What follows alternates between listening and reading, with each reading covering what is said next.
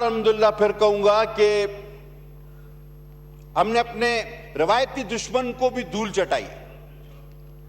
और अगर आप देखें तो इस गुज़िश्ता 1-1.5 साल में पाकिस्तान एक नई पहचान लेके उभर रहा है।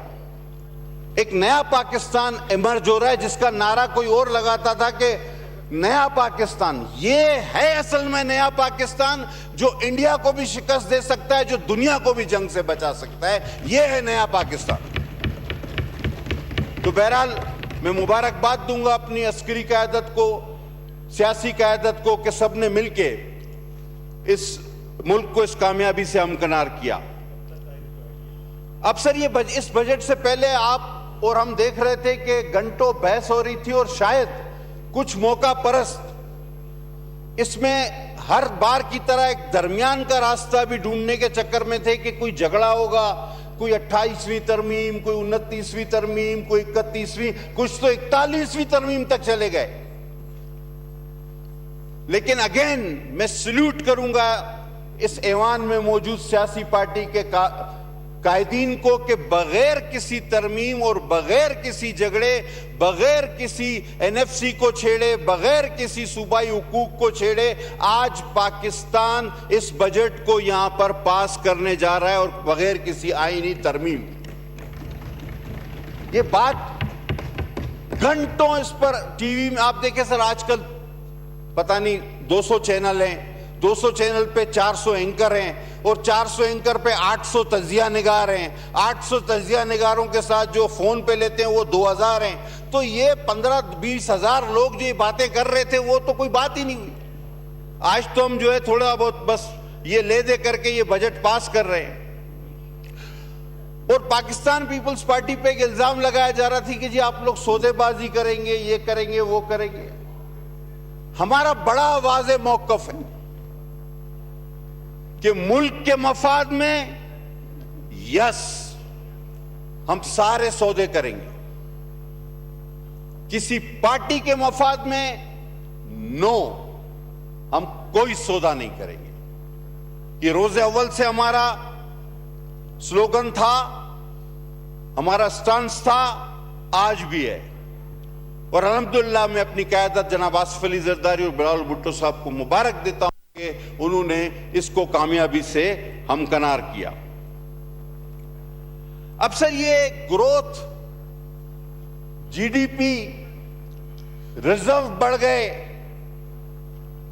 हमारा हदफ ये था, ये इस साल का हदफ है। ये हम हर साल बातें करते हैं, ना कभी हदफ पूरा हुआ, ना कभी जीडीपी सही होती है, और ना कभी रिजर्व की सही निशानदेही की जाती है। सर, मेरे नजदीक ये तमाम चीजें बेमायने हैं। अगर अवाम को खाने पीने की अशिया गरीब अवाम को मिल रही हैं, बच्चे स्कूल जा रहे हैं, घर में बिजली गैस मौजूद है, रोजगार है, गरीब खाना खा रहा है, तो आपकी जीडीपी का कोई भी फिगर हो सर, वो मुल्क ठीक है, सब कुछ ठीक है, रिजर्व भी ठीक है। अगर ये चीजें नहीं है, जो कि बदकिस्मती से आज नहीं है, तो आप कोई भी फिगर हमें दे दें, इसका मतलब है आपका निजाम, माशी निजाम ठीक नहीं चल रहा, आपकी फिगर कोई भी हो।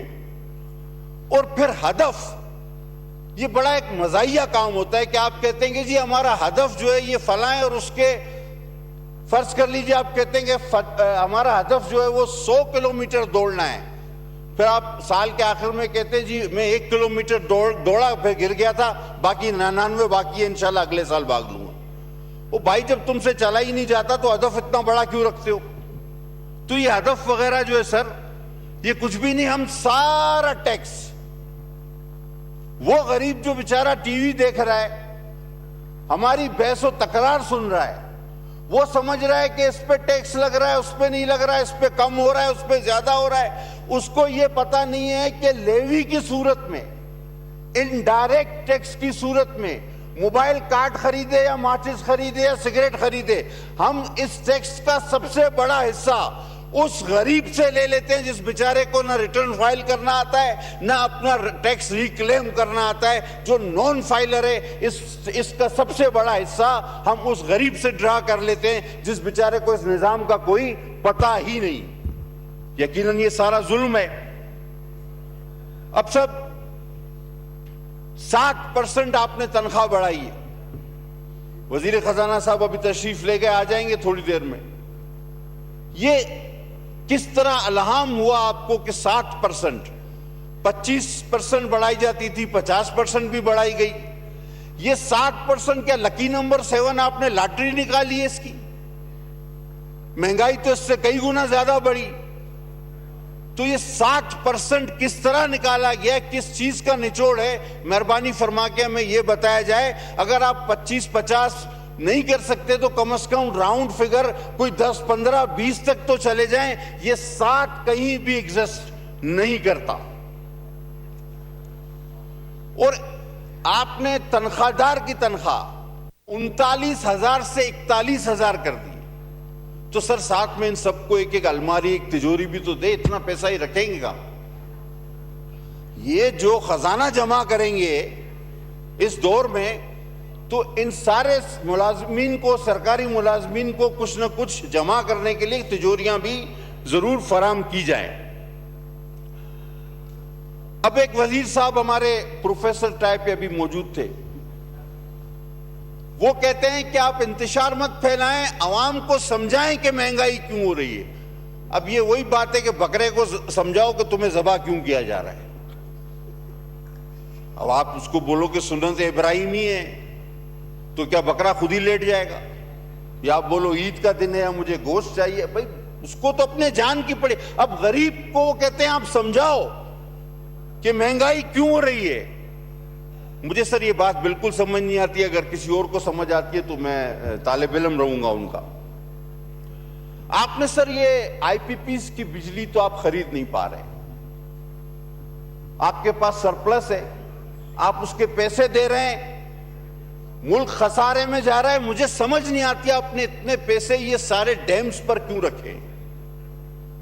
यानी इस वक्त जो बिजली मौजूद है उसके तो आप बगैर इस्तेमाल किए पैसे दे रहे हैं।